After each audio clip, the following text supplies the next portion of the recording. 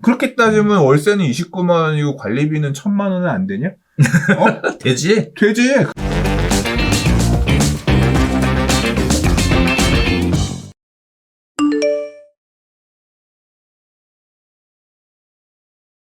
자, 세 번째 이야기 바로 넘어가 볼게요.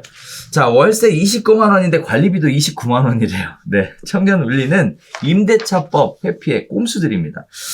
자, 주택 임대차 보호법, 전월세 상한제, 계약갱신 청구권, 전월세 신고제 시행한 이후 원룸, 다가구 주택의 임대인들이 월세 대신 관리비를 인상해서 저소득층 임차인에게 경제적 부담을 주는 꼼수가 횡행하고 있다고 합니다. 자, 두 가지 사례를 좀 말씀을 드릴게요. 좀 내용이 길지만, 네, 같이 한번 보겠습니다. 최근 자취방을 찾던 청년 임차인 A씨가 서울 방이동에서 월세 29만 원, 관리비 29만 원인 매물을 발견했답니다. 월세와 관리비가 같은 건 극히 이례적인데요. 해당 매물을 중개하는 공인중개사는 올해 6월부터 전월세 신고제가 시행돼 신고 의무 대상 30만 원이 아닌 29만 원으로 책정하고 관리비를 인상하는 경우가 증가했다라고 설명하고 있습니다. 자, 청년 임차인 B씨는 2년 월세 계약 만료 후 임대인으로부터 월 임대료 5% 인상 통보를 받았습니다. 임대료 인상률은 적정 수준인데 관리비를 기존 5만 원에서 10만 원으로 올린다고 했대요. 관리비를 지나치게 올리는 거 아니냐? 그 인상의 근거를 물었더니 청소 용역 비용 등의 증가 등으로 인한 것이다. 납득하기 어려운 이유를 댔다고 합니다. 자, 올해 6월부터 전월세 신고제가 시행이 됐지만 이 신고제 시행에 따라 보증금이 6천만 원을 초과하거나 월세 30만 원을 초과하면 지자체에 신고하도록 강제했죠. 신고하지 않으면 과태료가 있는데요. 내년 5월 31일까지는 과태료 부과가 없습니다. 하지만 이미 올려놨으면 내년 5월 30일 이후부터는 신고해야 되겠죠. 정부는 전월세 신고제 도입으로 시장 정보가 공개되면서 투명해질 것이다 예상을 했지만 실제 집주인들은 임대소득 과세를 위한 정보 수집이 아니냐는 의심을 가지고 있고 전월세 신고를 회피하기 위해서 월세를 30만 원 미만으로 낮추는 대신 관리비를 대폭 인상하는 형태로 흘러가고 있는 상황입니다. 자, 이와 같은 관리비 인상이 제2의 월세라고 불려지고 있는 이런 상황인데요. 이게 법적으로 150가구 이상 아파트는 공동주택관리법, 50가구 이상 집합건물은 집합건물의 소유 및 관리에 관한 법률에 따라 관리비 내역을 작성, 보관, 공개하고 회계감사를 받아야 하지만 50가구 이하가 대다수인 원룸, 다가구 주택은 관리비에 대한 규제가 전혀 없다고 합니다. 자, 임대소득도 소득이니까 형평성 있게 세금을 납부한다? 라고 이야기할 수도 있겠죠. 그래서 법이 만들어졌고 법이 만들으니까 꼼수가 생기고 막기 위한 법을 만들고 꼼수가 생기고 또 막기 위한 법이 생기고 법을 몰고 다니는 꼬리에 꼬리를 무는 이런 악순환이 계속 생겨나고 있는 상황입니다. 그래서 현대를 살고 있는 우리의 머릿속은 법이 너무 많아가지고 지금 정신을 차릴 수가 없는 이런 상황인데요. 자, 사실 관리비 올려서 월세를 대신 받는다라는 거는 상업용 건물에서는 흔히 있어왔던 일인데 이게 지금 주거용으로 급격하게 확산되고 있는 이런 모습들을 보여주고 있거든요. 어떻게 보셨어요? 얼마나 많을까? 많을까? 이런 늘어나지 않을까? 어? 늘어나지 않을까? 네. 가장 우려되는 거는? 근데 이거는 모르겠어요. 그냥 그런 꼼수를 통해서 임대료를 좀 더 받으려고 하는 임대인이 있을지 모르겠는데 난 너무 부끄러운 일이라고 생각해요. 그냥 거짓말을 하는 거잖아. 그러니까 그렇죠. 나는 거짓말하는 사람이에요 라는 거잖아. 월세를 그렇게 해서 29만 원씩 해가지고 임대료는 30만 원 미만인데 그러니까 신고 안 해도 되는데 대신 관리비는 이렇게 많다. 너 관리비 왜 이렇게 많이 내냐 하면 그냥 살기 싫으면 나가 뭐 이런 거야. 모르겠어요. 그러니까 꼼수를 이렇게 피우고자 하는 마음도 알겠는데 근데 법이 이렇게 바뀌었으니까 나도 그렇게 대응하는 거다라고 하시려는 건지 모르겠는데 그냥 결국 이제 월세 30만 원 넘게 받으면 이제 단순하게 월세만 들어가는 게 아니라 신고해서 세금도 내야 되니까 그걸 회피하고자 관리비라는 수단으로 돌리려고 하는 게 관리비가 아닌데 관리비라고 받는 거잖아. 그렇죠. 관리비라고 하는 거는 통상적으로 얼마 받는다라고 하는 거는 납득이 가는 수준이어야지. 예를 들어서 원룸 20개짜리야. 내가 원룸 20개짜리를 갖고 있어. 그러면 거기에 관리인 월급이 나가는 게 얼마일 거고, 통상적으로 뭐 유지보수비 하는데 들어간 청소비랑 뭐랑 얼마 있을 거면, 그거에 똔똔해서 맞춰서 어느 정도 약간의 버퍼 정도 있는 정도가 납득이 갈 수 있는 수준의 관리비인 거지.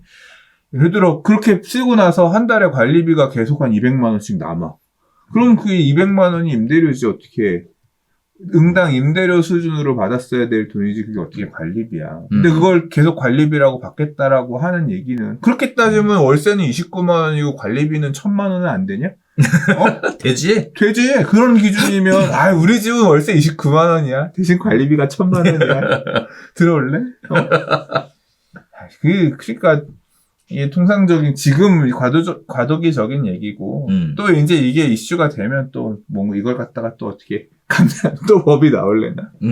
법을 만든대요 지금. 네. 그래서 뭐 이렇게 하시는 분도 있겠지만 창피한 일이라고 생각해요. 부끄러운 일이라고 생각합니다. 사실 관리비에 관련된 얘기가 나와서 말인데 일단은 그 공인중개사법에 의한 표시 광고할 때 관리비에 대한 거는 명시 규정이 없어요. 네, 그러니까 월세 29만 원으로 광고를 하는 거지. 굉장히 싸 보이는 거지. 다만 확인 설명서 작성을 할 때는 관리비에 대한 것을 명시하도록 되어 있어요. 근데 세입자가 전화를 해서 물어봐야지. 그러니까 그 얘기는 그거잖아. 매물 광고할 때는 월세 29만 원. 그치. 싸다 전화해서 계약하려고 하면 이 원룸의 그렇지. 관리비는 29만 원이에요? 네? 월세랑 관리비랑 똑같아요? 이제 그렇게 하면 나 계약 안 할래요. 이렇게 될 수 있는 거지. 가격금 놓잖아. 못 파. 그런 게 어딨어요. 관리비가 이렇게 비싼데. 그러니까. 물론 되겠네요. 그렇죠. 사전에 얘기를 하긴 해야 되는데 그래서 저도 예전에 그 뭐 때문에 사무실 임차를 하다가 그 월세가 300인데 관리비가 100만 원이라 그래서 기절한 그런 데는 많아. 이게 그런 데는 많아. 사무실은 조금 개념이 다를 수밖에 없어. 아, 그래요? 사무실은 경비 아저씨도 있고 청소하는 분도 있고 그러니까 상주하면서 이게 사무실은 기본적으로 관리비 단가가 높은 게 건물의 유지 보수를 위해서 상주하는 이런 경우도 많고 그리고 공공의 부분도 되게 많아요. 주거용 부동산은 전용 비율이 높잖아. 80%, 70%, 80%씩 되잖아. 면적 중에서. 근데 이런 사무용 건물들은 전용 면적 비율 자체가 보통 사무실 같은 경우 50%, 60% 전용률 나오면 되게 높다고 하잖아요. 그렇기 때문에 그런 공용에 대한 나가는 비용도 많기 때문에 주택이랑 같은 급으로 놓고 생각하면 안 된다고. 그럴 수도 있겠네요. 그래서 깜짝 놀랐어요. 처음에 월세 300을 생각하고 들어갔는데 오이씨 관리비가 100만 원이면 400을 생각하고 들어가야 되는 거잖아요. 그래서 들어가는 사람 입장에서는 굉장히 깜짝 놀랄 만한 일이었는데 이게 주택으로 지금 넘어가고 있다라는 건데요. 자, 또 한편으로는 그게 뭐 처음에 관리비가 100만 원이야? 알았어. 그러고 나서 계약했다. 그러면 과연 그게 임대인한테 문제가 있는 거고 임차인한테 문제가 있는 거냐? 따지고 보면 이미 인지하고 수용을 해서 계약을 한 거니까 사실 뭐 특별하게 불법이다라 법이 없으니 불법이라 얘기할 수도 없고. 난 이거 소송 가보면 재밌을 것 같아. 이게 왜냐하면 너는 관리비 쪽으로 받았는데 나는 그에 준하는 내가 지불한 관리비에 대한 관리를 서비스를 받지 못했다. 그렇죠. 그래서 네가 받은 관리비 실제 지급된 거에 초과된 관리비 부분은 불법 급여이기 때문에 나한테 돌려달라라고 하는 손해배상 소송을 하면 난 결과 어떻게 될지 모를 것 같은데.